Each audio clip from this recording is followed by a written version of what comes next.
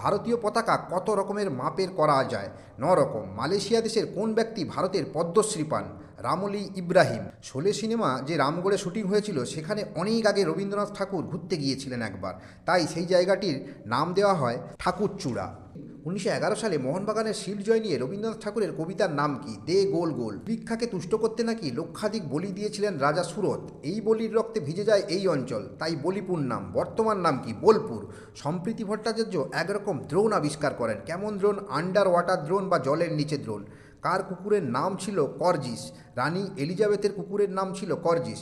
কলকাতার রাসবিহারী অ্যাভিনিউ কার নামে? রাসবিহারী ঘোষের নামে।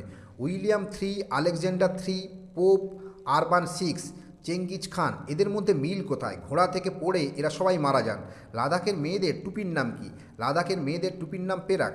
রসমন এফেক্ট কি? একজন মারা যাওয়ার পর তার মৃত্যু নিয়ে বিভিন্ন মত, একেই বলা হয় রসমন এফেক্ট। নাইট ফিশিং এই সিনেমার বিশেষত্ব কি? প্রথম আইফোনের শুটিং হওয়া সিনেমা ছিল